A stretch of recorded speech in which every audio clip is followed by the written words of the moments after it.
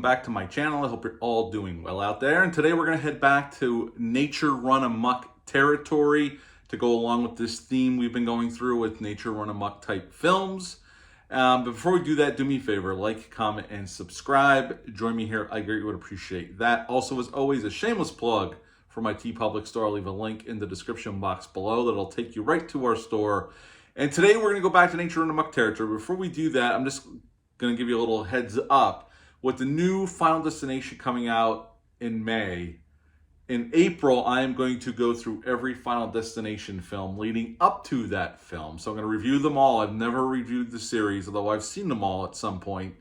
We'll cap it off with the brand new Final Destination Bloodlines in mid-May, and then I'll do a ranking video after that. Stop on back for the review series. I'm excited about doing that.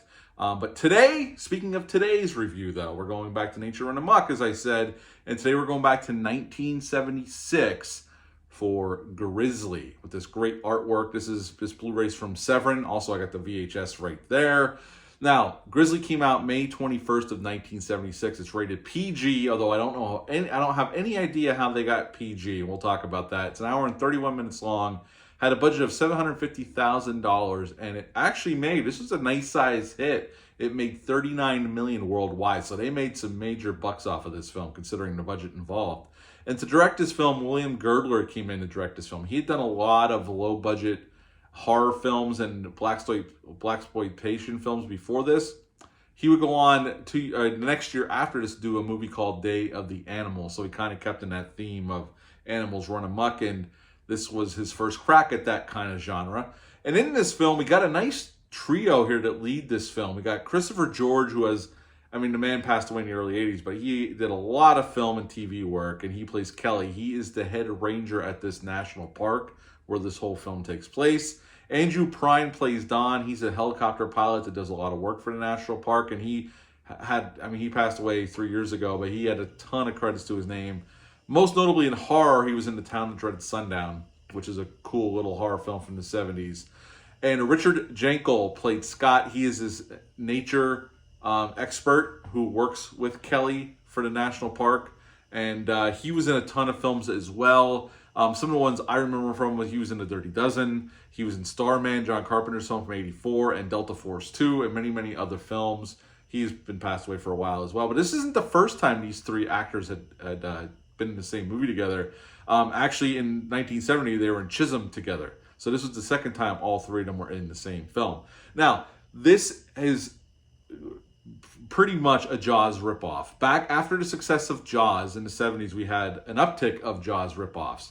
We had Orca, if you've never seen that film. I like Orca. It's been a while since I've seen the movie, but I've seen it many times over the years. That was a Jaws ripoff. Piranha, Joe Dante's film. I like that film, but it's a Jaws ripoff. This is a Jaws ripoff. Kingdom of the Spiders, which we reviewed. After the success of Jaws, everybody was looking for some kind of animal in nature to run amok and kill a bunch of people. At this time, it was time for the grizzly bear to run amok and kill a bunch of people, and that bear definitely does that. Now, very simple premise. It's the end of the season, the busy season in this national park going into fall, but the park is pretty full with campers and hikers. And this grizzly bear, which this takes place in Georgia. It was shot in Clayton, Georgia. Grizzly bears in Georgia have not been around in a very, very long time. You had to go to Northwest to see grizzly bears. But this huge 18-foot tall grizzly bear moves in and starts killing people, maiming people, eating them.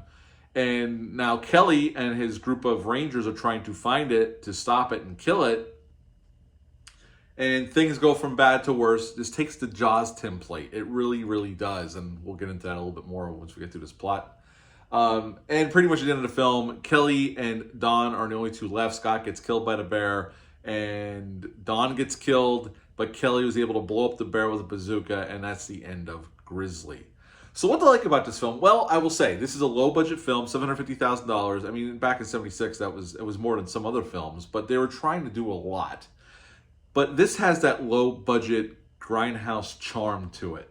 And what I mean by that is the way it's shot. There's a lot of close-ups, and when the bear attacks, they used a real grizzly bear. They had a Kodiak bear that they used named Teddy, that they brought in from Washington.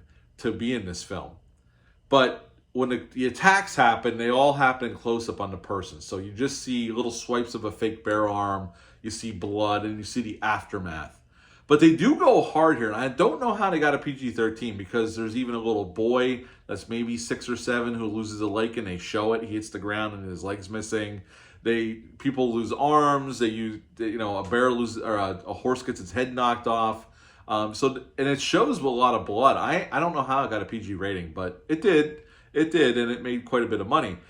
So, and I think the acting's pretty good here. For a movie of this type, I mean, our 3 leads that I went over are good. They are good. They're solid actors. They've done other work in other films that is really solid.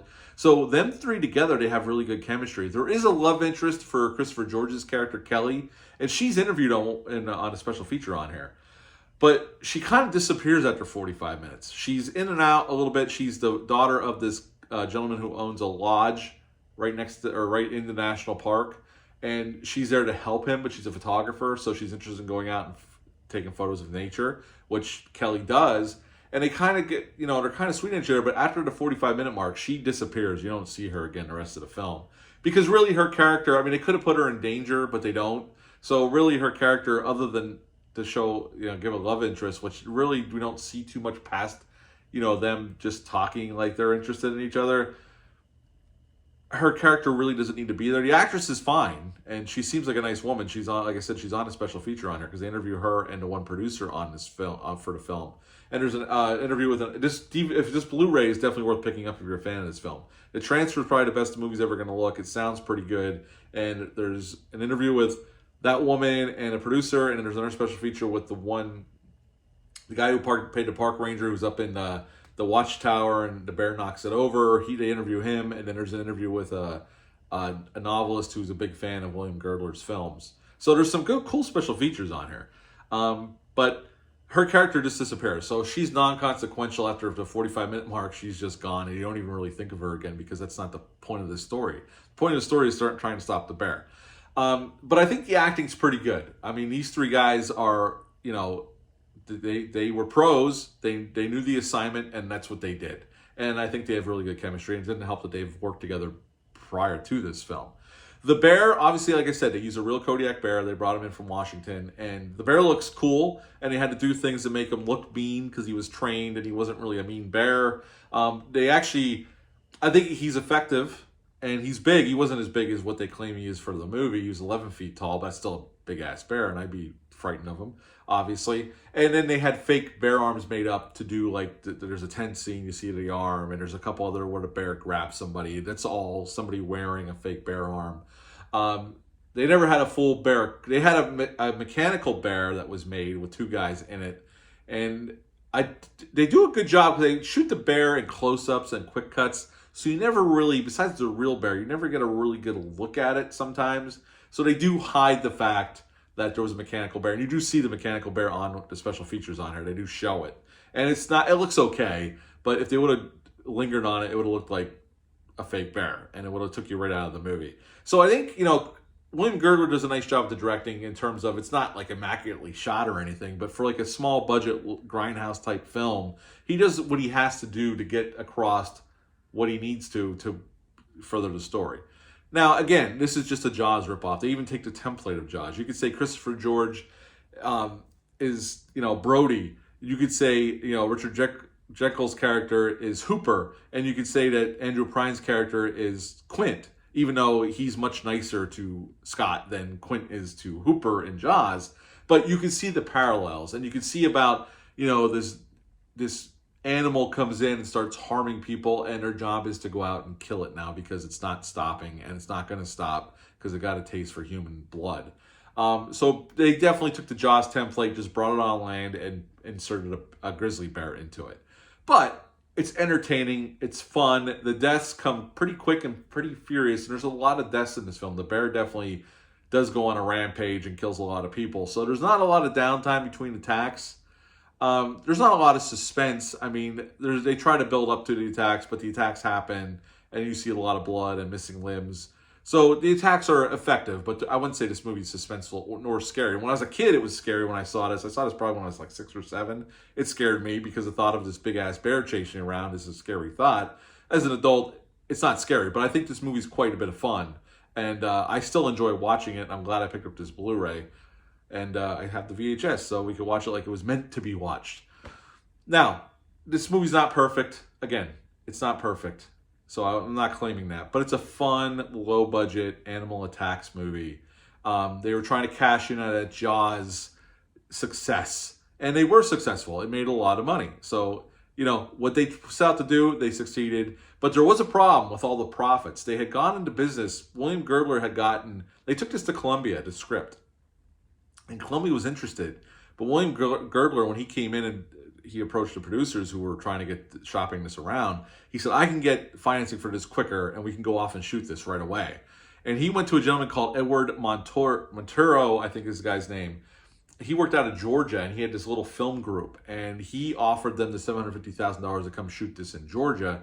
And they could go start right away on production. So they went into production pretty quickly after they got the money. Now, when the movie was a success, Girdler and the producers were owed certain monies, the deal they had struck with Montero, but he didn't pay them the money. So there was lawsuits, and finally they settled out of court, and they got their money, but it was a big pain in the ass. And they talk about that on this Blu-ray. Clayton, Georgia, where they shot this, a lot of the residents played extras in the film, so a lot of the campers, and that was some of the actual residents from that area where they shot this. At the end of the day, this film's not perfect. I'm not claiming it is, but it's a low-budget, good time. And I've always enjoyed it. I've probably seen this thing, Bad Boy, about 15 times in my life. And I'll watch it again. And again, if you're a fan of this film, this Blu-ray is definitely worth picking up. It has beautiful artwork on the front. And Severin does a nice job with the transfer and the special features. At the end of the day, I would give Grizzly 1976 a solid 8 out of 10.